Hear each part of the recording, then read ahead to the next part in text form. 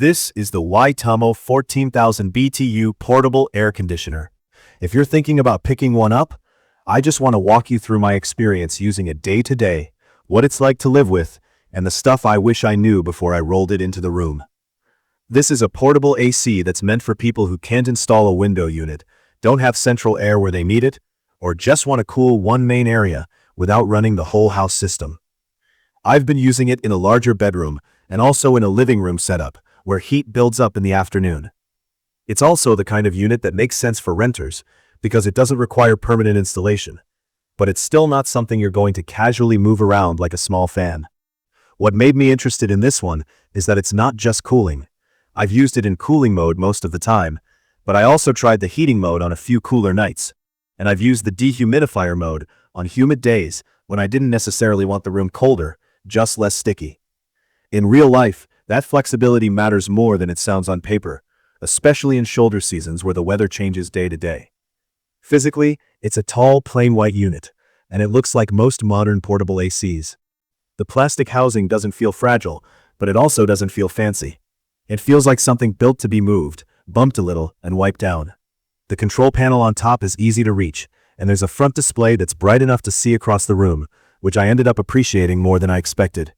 At night, I sometimes wish the display dimmed a bit more. The biggest thing you notice right away is the weight.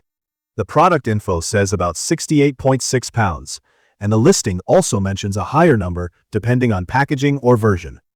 Either way, it's heavy enough that unboxing is the hardest part. Once it's on the floor, the wheels do their job. On hardwood and tile, I can roll it with one hand. On carpet, it still moves, but it takes more effort, and it can catch if the carpet is thick. The side handles are useful, but for stairs, I wouldn't do it alone. Setup is pretty typical for this category. You're basically connecting the exhaust hose to the back of the unit, then fitting the window slider kit into your window and attaching the hose to that. It's not complicated, but you do want to take your time getting a decent seal around the window panel. The difference between good enough and sealed well is noticeable in how long the room takes to cool and how often the compressor has to run. I used it on a standard sliding window, and it fit without me needing tools. If your window is an odd shape, or if there are gaps, you'll probably want some foam tape or weather stripping. I added a little extra sealing around the edges, and it helped with both cooling performance and outside noise. In daily use, the basics are straightforward. I mostly control it from the top panel when I'm nearby, and I use the remote when I'm in bed. The remote works, but it's not my favorite. Sometimes it feels like you need to point it more directly than you should.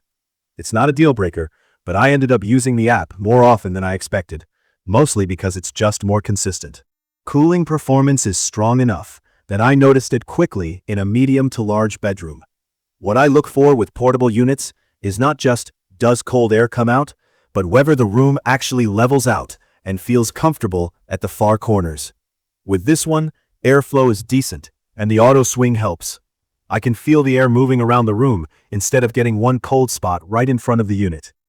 In a living room where the sun hits one side hard in the afternoon, it does bring the temperature down. But you still have to be realistic about portable ACs. If the space is wide open with hallways and doorways, the cool air doesn't magically travel everywhere.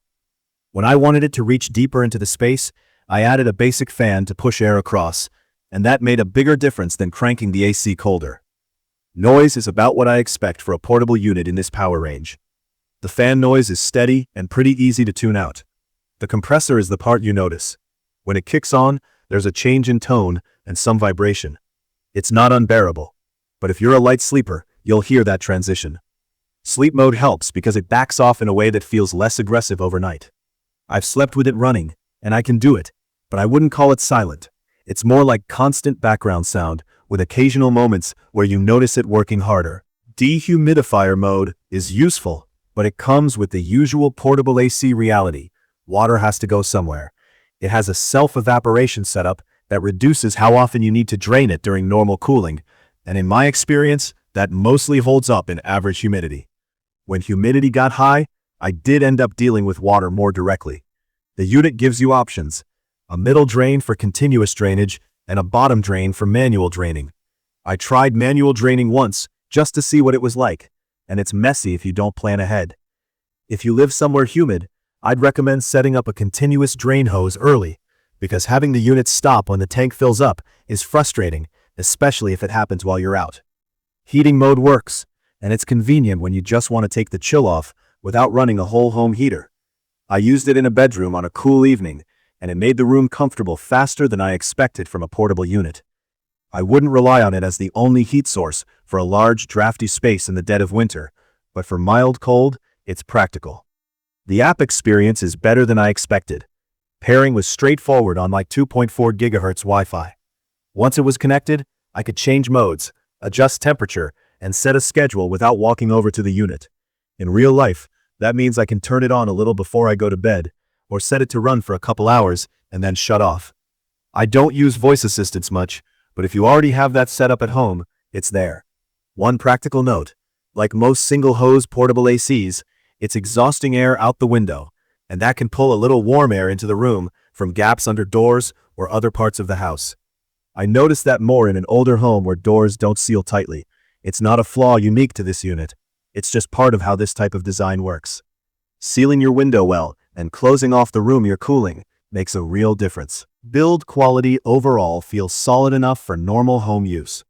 The wheels and handles are actually important here because you will move it at least a little to clean around it, adjust the window hose, or reposition it for better airflow. The filter is easy to access, and I'd actually recommend cleaning it regularly. After a week of use, mine had a visible layer of dust, and airflow improves once you rinse it out and let it dry. After using it, my overall impression is that it does what I need a portable AC to do. It cools a real room, it doesn't require permanent installation, it's manageable to operate, and it gives me workable options for humidity and mild heating. The trade-offs are the ones I'd expect. It's heavy, it's not quiet when the compressor is active, and if you live in a very humid area, you should plan for continuous drainage instead of hoping you'll never need it. If you're cooling a single room, closing the door, sealing the window kit properly, and using the swing mode, it's a comfortable setup. If you're trying to cool an open layout with lots of connected spaces, you'll get better results if you treat it like a zone cooler and use a fan to help move air where you want it. If you have questions about how I set mine up, what kind of window I used, or what the noise is like compared to other portable units, leave a comment and I'll tell you what I noticed. And if this video helped, subscribe to the channel for more real-world tech reviews and let me know what you want me to test next.